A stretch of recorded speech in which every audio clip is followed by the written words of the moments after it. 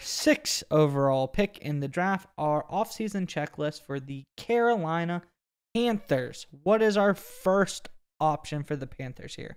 So this is draft Evan Neal, offensive tackle for Alabama, or the best offensive tackle who's in the draft at this point.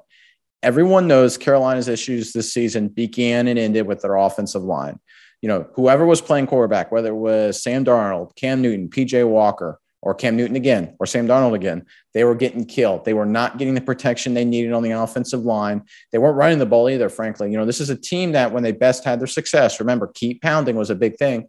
They're a running football team, running and play action. That's what they want to be. Offensive line could not get that done this season, and the best way to change that is drafting Evan Neal, or whoever. If Evan Neal isn't available, pick the next best available offensive lineman to turn that around. Yeah, and I think even their best quarterback play this year is when Sam Darnold was running the ball. I think he had like 6 rushing touchdowns at one point in the first 3 or 4 games of the season. So, like you said, they need to get the best offensive line they can. They got to bolster that pathetic offensive line. Do anything you can to help out your skill positions here. Keep Christian McCaffrey healthy. Let's keep pounding in the draft. Get us a good offensive lineman and try to get as many of those spots on the O-line filled so you can try to look forward and into free agency or anything like that to bolster the rest of your team. And speaking of which, number 2, we have pay up for a veteran O-lineman. Nick, when you say this, do you have anyone in mind that you're thinking of like they should go after? So I like Orlando Brown, the tackle now with the Chiefs, formerly of the Ravens. I like him coming in. I like getting him in the offseason.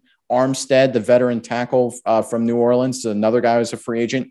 I think you could go after one, probably both of these guys and get him in the building. I know you're drafting Evan Neal, but guess what? If he comes in as a rookie and has to play guard, that's not the worst thing in the world if you've got Armstead and Orlando Brown as your left and right tackle, respectively. This is a team that needs to go all in on the offensive line, and they have to spend the money to do it. This is not something that they can take 3-4 years in the draft to do. I think drafting Evan Neal is a great start, but they need to go after the veteran guys. I like Armstead. I like Orlando Brown. Get at least one of those guys in the building, and if you have to pay up a little bit to do it, so be it. Look, we know Matt Rule isn't afraid of overpaying. He overpaid for Teddy Bridgewater, overpaid for Cam Newton to bring him back, overpaid for Sam Darnold, overpay for an actually quality player this time. Get Orlando Brown or Armstead in the building. And I think Orlando Brown has been okay. He was very good in Baltimore at right tackle. He said he wanted to be a left tackle, so they traded him to Kansas City to go left tackle. He was okay at left tackle for them. Wasn't anything super special, I guess. But that way you may be able to get him at a little bit of a discount for what Kansas City was able to get him for. And then you can go after some guys like proven veteran talent like Taron Armstead from the Saints, who's a stud of a player. Like you said, you get those 3. If I've always heard this old adage about offensive line. If you have at least 3 offensive line positions shored up, like with really solid players, you can get away with weakness in 2 of the spots, especially the guard positions. So if they can get all of this worked out and get at least some anchor positions on that offensive line, I think it'll help hide some of the issues they have and help them push forward into next year where they can maybe shore up the whole thing. Yeah, especially since it was such a weakness. The Panthers need to be aggressive here. Go all in. Don't just go draft. Just don't go free agency. Fully commit to it. And like you said, just get 2 or 3 anchors in there, even if you still have some holes at the other position. If you really solidify that offensive line, this team could make some waves next season. Absolutely. And another way to make a wave in the coming season is number 3. Go after a veteran QB who's actually good. Not another Cam Newton, not another Sam Darnold, not another Teddy Bridgewater, who was probably the best of the 3. But go after a veteran QB. Go after someone who's solid. Bring in some talent to this team. You have anyone in mind particularly? I don't think they can get Wilson or Watson or Rodgers. Who can they eye, though?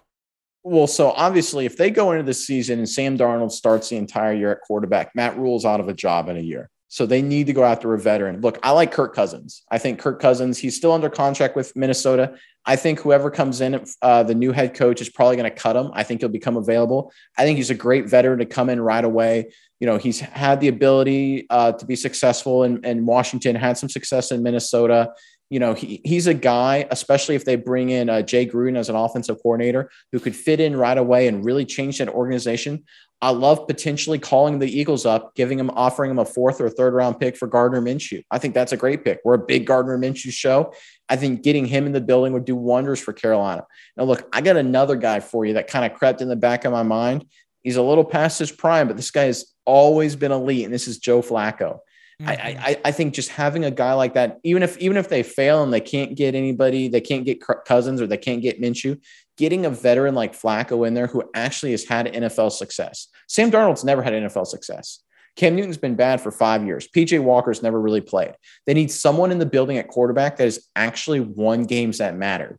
And Flacco actually has. Yeah, he has the postseason road win game record for most road wins won in the postseason. I mean, the only other, he's tied with Tom Brady. Tom Brady actually tied him. Flacco had the record first. So, you know, you have a guy who has clear postseason success. He's won a Super Bowl. Obviously, I'm a big Joe Flacco guy, huge Gardner Minshew guy. Love Gardner Minshew. I think Kirk Cousins is a great pick too. Carolina fans who don't like Kirk Cousins, go look at the stats. I mean, stats don't lie. The guy performs. He does well. Yeah, maybe he's thrown in a lot at the end of the games to catch back up sometimes. But I think if we look at the circumstances, Kirk Cousins isn't necessarily the problem on his teams.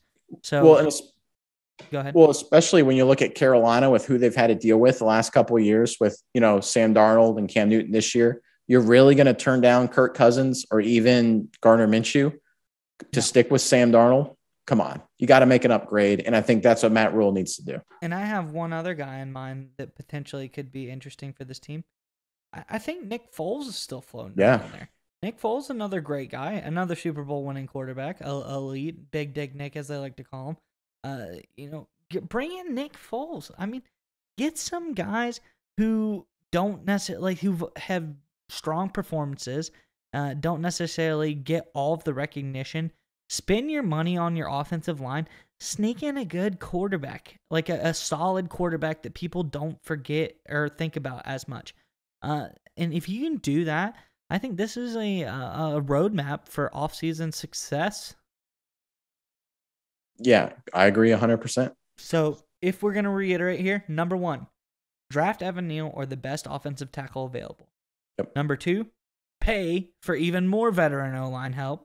And number 3, go after a quality, and we're thinking, you know, a sneaky veteran QB, veteran guy that maybe other teams have overlooked in the past, and you can get a bargain on him.